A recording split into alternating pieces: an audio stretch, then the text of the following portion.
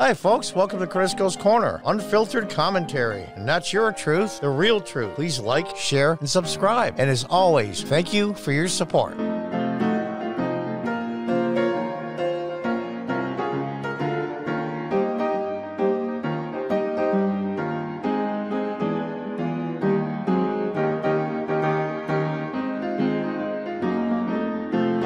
Welcome back from Fox News. Leo TERRELL. Biden Democrats' reaction to Chauvin verdict shows you cannot satisfy these extremists. Civil rights attorney tells Hannity Democrats not happy that the legal system worked. Now, Leo was a long time Democrat, civil rights attorney, and he fought on the other side for a long time until he saw right through this race BS and what they were saying concerning Trump and how Trump was actually trying to help minority people. And he switched around. I give him a lot of credit because I'm sure he got a lot of grief for it. Let's read on. President Biden and his Democratic allies want to make the Derek Chauvin trial about race relations in America, civil rights attorney Leo TERRELL told Hannity Tuesday. Derek Chauvin was not being charged with racism, TERRELL said of the former Minneapolis police officer who was convicted of murder and manslaughter to the death of George Floyd last year. Race was not even mentioned in the case at all. We had a diverse jury, and they rendered justice based on the evidence inside the courtroom. I'm not so sure, but I'll fall on the side of the system working for now. TERRELL added that despite the fact that the criminal justice system worked, President Biden sought to undermine it by emphasizing what he described as a need for acknowledging, confronting head-on systematic racism and racial disparities that exist in it. It's the policies of the Democrats that have caused the most misery economically to minorities in this country. Period. It's amazing to me how you can cause the problems and then come in as the hero and solve them and get credit for it. It's so Machiavellian. It's just so twisted. They made it a race case in the court of public opinion, and they want to continue because they want to divide this country on race.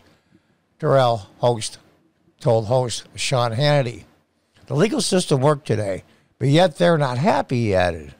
They're going to continue to claim and lie about the systematic discrimination. Joe Biden said that today. It's a lie. Kamala Harris spoke of systematic discrimination, racism, Jim Crow. I've had it. TERRELL suggested Democrats and political activists wanted a mixed verdict in the Chauvin trial to cite as proof of the injustice they claim actually exists. Verdict came back based on facts, and they're still not happy, he said.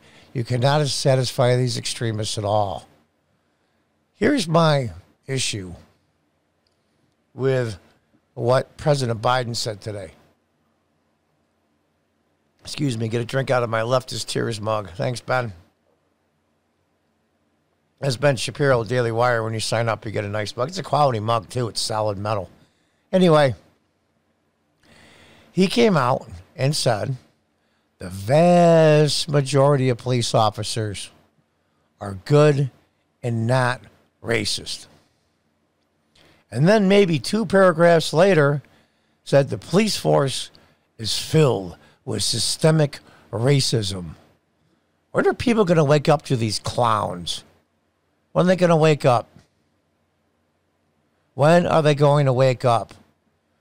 So he gets to say, because he's got support forever, Christ, he was in the Senate for half a century, practically.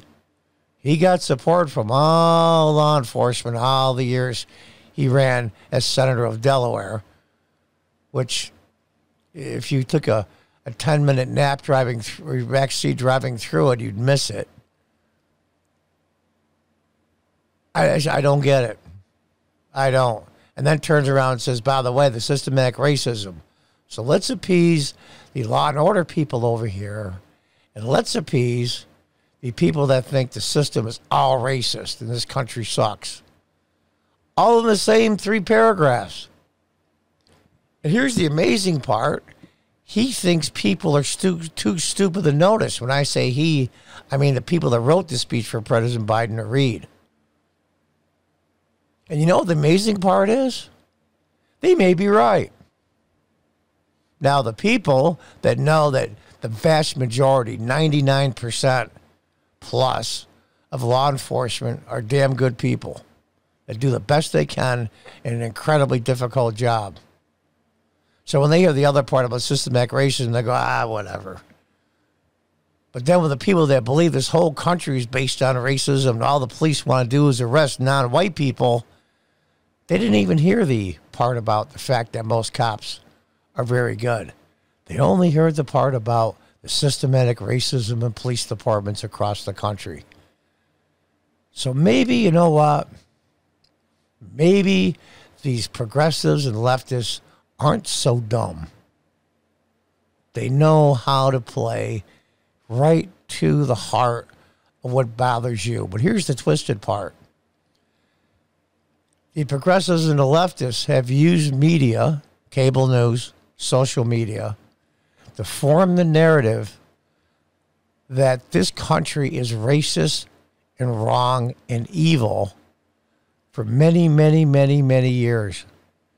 And then they turn around and say, we're going to solve it because we look out for you. It's so amazingly twisted, I can't even tell you. Now, I said in a previous episode what I think is going to happen, what I know is going to happen. We're going to get New York City-style crime all across the United States before Rudy Giuliani cleaned it up out of New York years ago. And Mike Bloomberg, too. I'll give him credit for that, even though I think he's a grifter with a crap load of money. I'll give Mike Bloomberg that, too. He did a decent job. He carried on what Giuliani started. Not a problem. Unlike the progressives and leftists, as somebody I don't like and really dislike does something good, I'll say so. I'm an equal opportunity pain in the behind. But Leo's right. And Leo used to be on the other side of this for a long time. And he finally saw through. And Leo thinks justice was served and the legal system worked. I didn't say it didn't work. I'm just not sure yet. I really haven't really thought about it. Or maybe there'll be some interviews with the jurors. They're not afraid to speak out now because they're not going to come after by these lunatics. So they'll be free to speak. But you always have in the back of your mind, did they say guilty just to protect themselves, which nobody can blame them for? You're always going to wonder that. Now, it'll be like, I forgot the gentleman's name. That was the person they called Deep Throat in Watergate that told these things to Woodward and Bernstein and brought them along in Watergate and then Nixon resigning. It wasn't let out until decades later. I think his name was Porter. I don't remember. It was decades later after he died that they admitted that he was the person. This is the real story. I'm wondering 10, 20, 30 years from now when one of the jurors maybe is ill, terminally ill, or is near death, or one of the relatives after the person dies tells the truth that they were really scared not to vote guilty 20 years from now. Maybe that'll come out. Who knows? Who knows? But there's that doubt in my mind that I can't, it's like a sliver in your brain. I can't get rid of the fact that I don't believe that all 12 thought guilty on all counts. 10-2, 11-1. Maybe they said behind closed doors, listen, you're going to be the only not guilty verdict. You're going to have the whole world crash down on you, your family, and your business if you own one, the place that you work, and all your friends, and everybody that's related to you. Do you really want that? I wonder. I wonder if that happened. Maybe someday we'll find out. But for right now, I'll fall on the 50-50 side of the system worked. I'm not convinced. We'll see on appeal. There's going to be a retrial, I have no doubt.